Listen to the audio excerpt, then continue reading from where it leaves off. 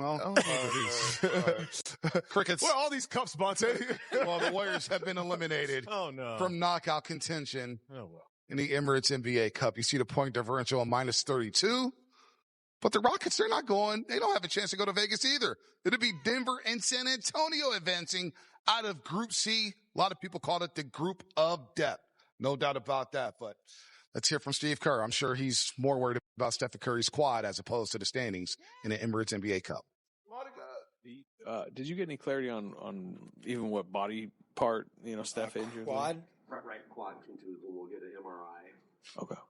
Gotcha.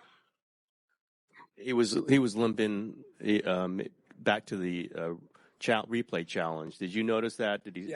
Yeah.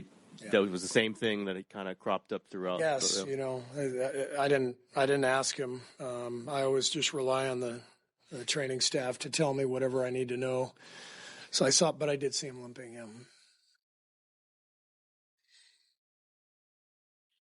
You know when the MRI will be?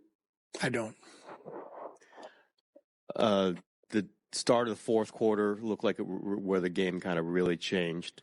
What have you seen from your second? What did you see from your second unit there, and what generally it doesn't seem to have been as explosive or as as dynamic as it's been in the past? I would argue that the game changed. The last 5 minutes of the third quarter, we had a 12-point lead in there, and we just started turning it over and fouling. We were in the bonus, or they were in the bonus for the last 5 minutes. I think we fouled them 3 or 4 times, and so we just kept giving them easy points and didn't really execute much offensively. We missed some open ones, but it never felt like we had any rhythm and flow, which is why I went to Pat in the fourth. Pat has to start the fourth. He's given us some good minutes off the bench so far in the early season and helped us get some offensive rhythm, but that group just couldn't get anything going, and so it was a tough stretch, late third, early fourth.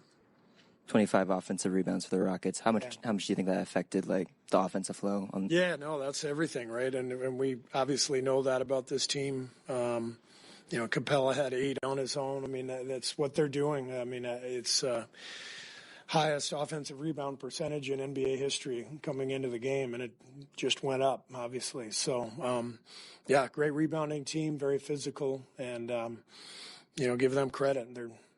They're doing a good job even without some key players. Steve, Will Richard starts the game and also is on the finishing squad. What has he done to earn your confidence to be in those roles? Well, you can see it. He's just in the right spot at the right time. He has a lot of confidence. He's not afraid to let it fly. He never turns it over. Just connects the game. He makes the game easier for everybody else. He's just he's kind of wise beyond his years. So I've got 100% trust in him. We got a buddy with another 0-point game, and these numbers are not pretty for the Golden State Warriors. They shoot just 28% from 3. And really the offensive rebounds are what the difference was tonight. 25-13 advantage for the Houston Rockets. Actually leveled up on points in the paint. Go figure, right?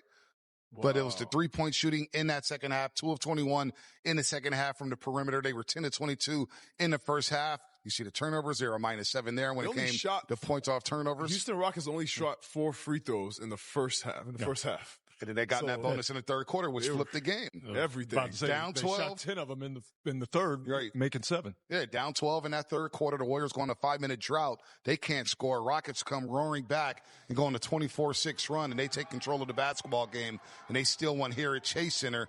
They've won 12 of their last 14. They're now 72 on the road. The Warriors have dropped 2 home games on the homestand alone, so they're now 6-2 here at Chase Center. But the big news is Stephen Curry, and you heard from Steve Kerr.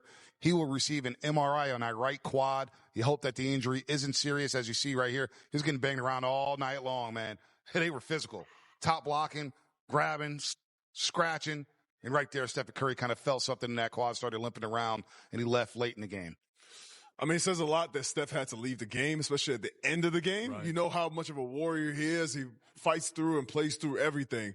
So hopefully he gets back in the game soon. This is just a long list of things going on. You got Horford is out. Draymond just got back in the game, still dealing with the foot. The Warriors are really just trying to find some stability right now all around. And this is not a good news to get at this moment. No, but it's not the worst. You know what I mean? It's easy for me to say it's not my quad that's bruised, but there's so many other injuries that could happen where you go, this is the worst thing in the world. So the MRI results obviously will be holding our breath waiting for. Would you like to add injury to insult? Or insult to injury, I should say. Man. Oh, boy. Gary Payton II left the game in the second quarter. Oh, man. Sprained ankle. Go figure. Offensively, he's going for offensive rebound. He got up high right there. And now he's, played 5 minutes a night. And we know how long those injuries can linger. You see GP2, he's hopping around. He knows something is wrong with his ankle.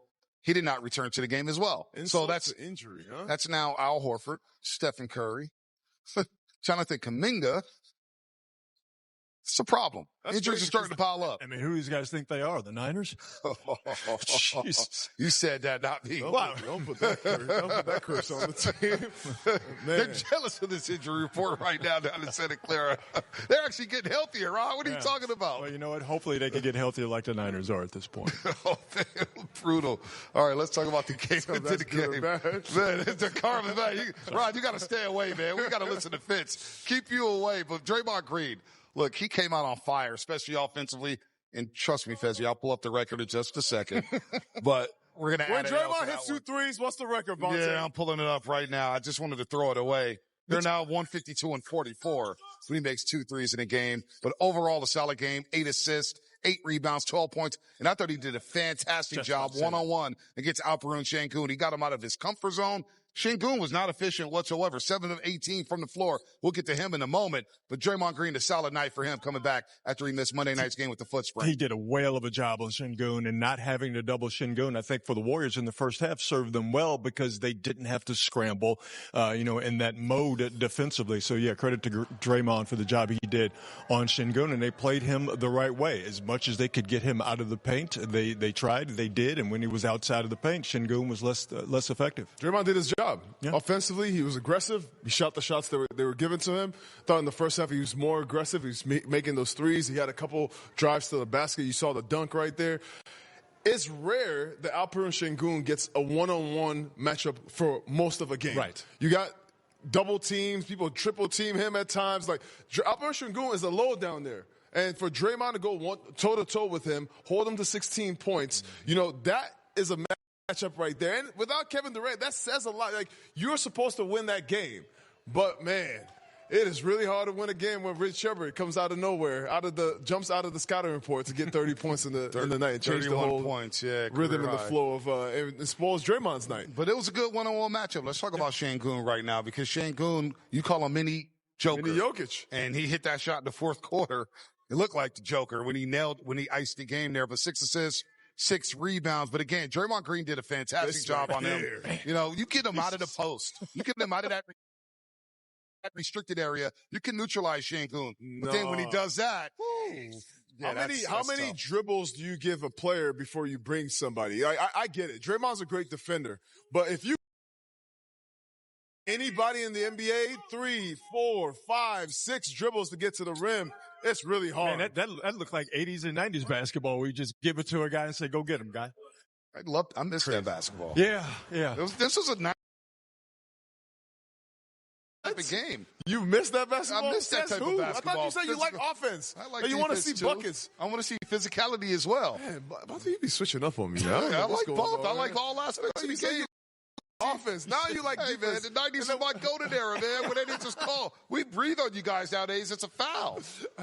No, I mean, Alperen Sengun is super talented. One of the most complete players in the NBA right now from the center position. His ability to pass, his ability to score at the block, his ability that he just loves physicality. With Draymond, just like my shot's not falling, I'm just going to back you down all the way to the rim and get a bucket that way. I thought he got some easy shots in the third quarter also in transition. They started to find other ways to get in buckets because he wasn't really getting it one-on-one. Yeah, Draymond Green continuing to show that he is one of the absolute best defenders to ever play this game. Played Alperen Sengun straight up today. That's very impressive. Rockets still get the win due to Reed Sheppard's 31 points, and the Rockets out-rebounding the Warriors on the offensive glass 25-13, and they still won here at Chase Center. So the Warriors will have a couple days off to get ready for the Pelicans. But one guy who did ball out today, and he earned more minutes, that was Will Richard. We'll hear from him on the other side. Time to look around the wild Western Conference. The Wild Wild West. And it was wild in OKC. They are rolling right now. But Minnesota's down 4. Ant-Man said, you know what? I want to deal OKC a loss. He calls bank. Yes, the bank is open. Late on a Friday night, OKC up 1. Tie game, fourth quarter. Friday night. This defense is so like it. good. SGA on the break. Easy money.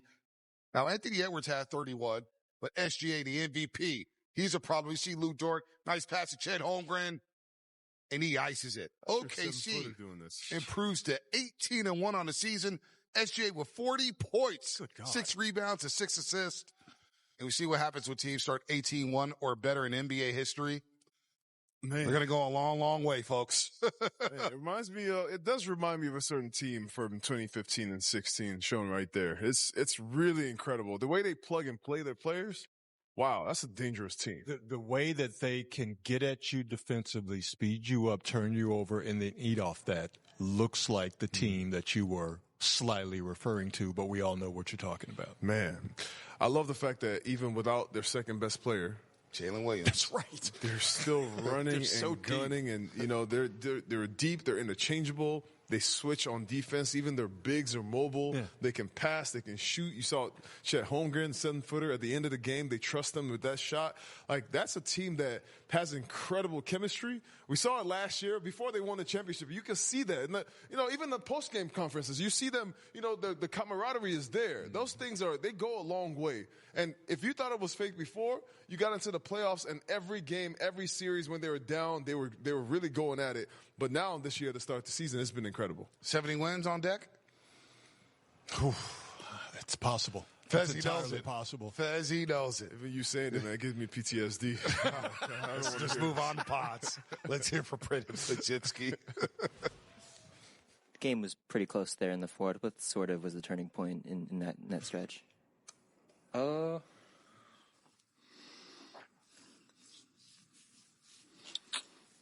Couldn't really tell you. I mean, it was a back and forth game. It just comes down to who's going to get more stops, and we didn't get enough.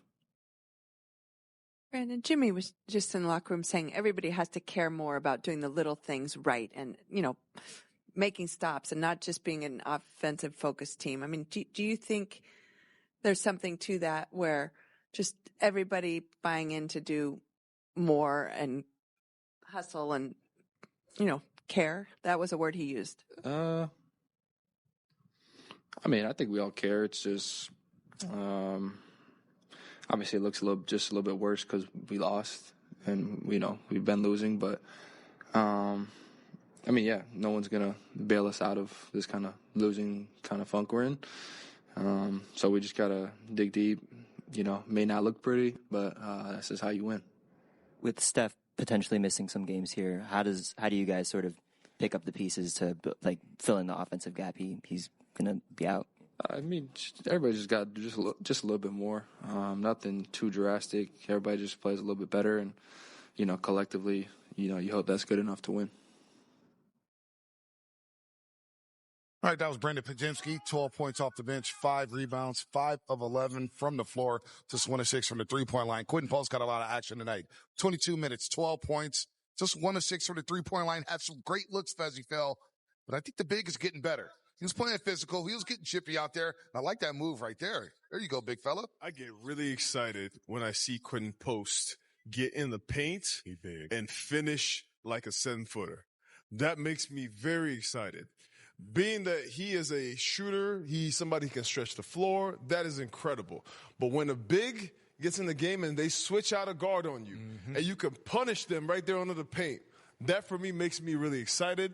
It's contagious to your team. It brings some energy. It makes you feel, you've seen that over the past few games. And I love the fact that he's starting to make those changes in his game, adding that part to his game, getting to the paint, finishing, offensive rebounding. Those things are going to go a long way. Right now, what the Warriors need from the 7-footers and from the bigs in the game is contesting and bothering shots when they get to the rim. Yeah. That's going to be really important moving forward. Boy, I don't know if we're going to see him play in a couple of days, but it makes you think about Kevon Looney and how you would get big play from Kevon Looney, and then he would go out there and guard guys on the perimeter with Quinton Post. Those threes. We understand the importance of a big man for the Warriors shooting threes, but I'm right there with you, Festus, and watching the game inside with you. When he was being a big man doing big man things, we look at each other like, okay, yeah, big. that's what we like, baby. Yeah, we about that. So, obviously he's out there doing a hell of a job, but we just want him to play bigger because he's eminently capable of doing that. Well, you guys enjoyed him playing big early on in his game. Great sales right now on Mancini Sleep Crawl. Ooh, and we did find some highlights. It was plenty. One. Look at that bully ball right there. Jimmy Buckets. Hey, come have this dance with me. Give me that. And one. Jimmy loves a physical game, man. Mm-hmm. Old school. 6 of 11 from the floor. Come here. Ooh. 7 of 7 from the free throw line. 21 points from Jimmy Buckets. 5 assists and 5 rebounds, playing some excellent basketball on both ends of the floor. Highlights play doesn't shoot. Man, good shot. Will Richard beating the shot clock. Steph with eyes in the back of his head. Look at that pass. Man. Look at that double team, man. Every time on the catch, they were so focused on not letting Steph get anything tonight. And shooting that over a 7-footer with a 7-foot wingspan. Will Richard, 18 points, 7 to 12 from the floor, no turnovers. Hey, get up, Sparty. Man, let me get some pull-ups here real quick. Hey, that foot must be feeling good, Fezzi. Yeah, we needed these. These baskets in the paint. More of these. But you know what, Fezzi? My stat. I'm just going to stop reciting it. Now 152 and 44. Is it a wrap? It's over. When he makes at least 2 threes. But it's time for the Toyota Drive Ahead. Drive ahead. We will eat some turkey, watch some football, watch some basketball on Friday, and get ready for the Pelicans Saturday night, where the Warriors need that game in the worst way. Then, of course, next Tuesday night, it gets real against the defending champion Oklahoma City Thunder, who right now are 18-1. Then the Warriors hit the road for 4 games. Philadelphia, Cleveland, Chicago, Phoenix. The road does not get any easier, folks, for the Dub Nation. So they got to get right. 10-10 right now through the first 20 games. 500 ball. Yo, so you know what's really interesting, Bonte, is that there used to be a time when the Warriors had a switch, and they would mess around, and in the third quarter they would turn it on, and everybody would be left in the dust. Now it seems like the switch is the other way, and there's a lot of teams that just turn it on in the third quarter against the Warriors. What I also see is the Warriors beating themselves. Tough turnovers being forced, like passes being forced, turning into turnovers. Like even when they are leading, like times where you don't need to force it, just continue to run the offense, be disciplined, be focused, contest, play guys to the scouting report, drive them to exactly where they're supposed to be, not let guys to get to their strong hands. All these things are focus-based.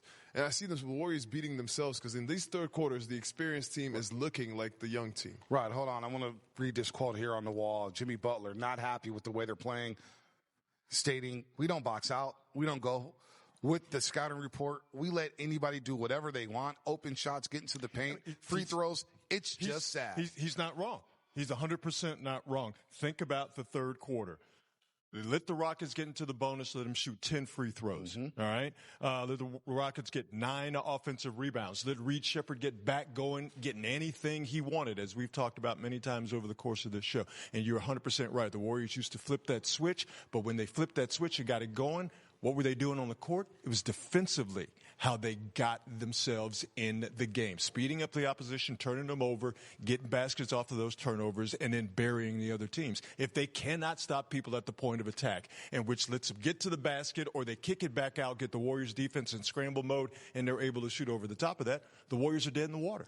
At what point do we just look at the roster and say they need some tweaking? They need to find something else. Well, you don't have everybody on the roster playing. There's no doubt. So there's a couple things that are going to happen here in the next couple of weeks. Jonathan Kuminga's not playing. Al Horford's not playing. DeAnthony Melton is not playing. So this is some of the things that you look to, like saying, well, we haven't seen the full roster in action yet. But doesn't that come with the territory when you have the second oldest roster in the NBA? That's what's scary about being old.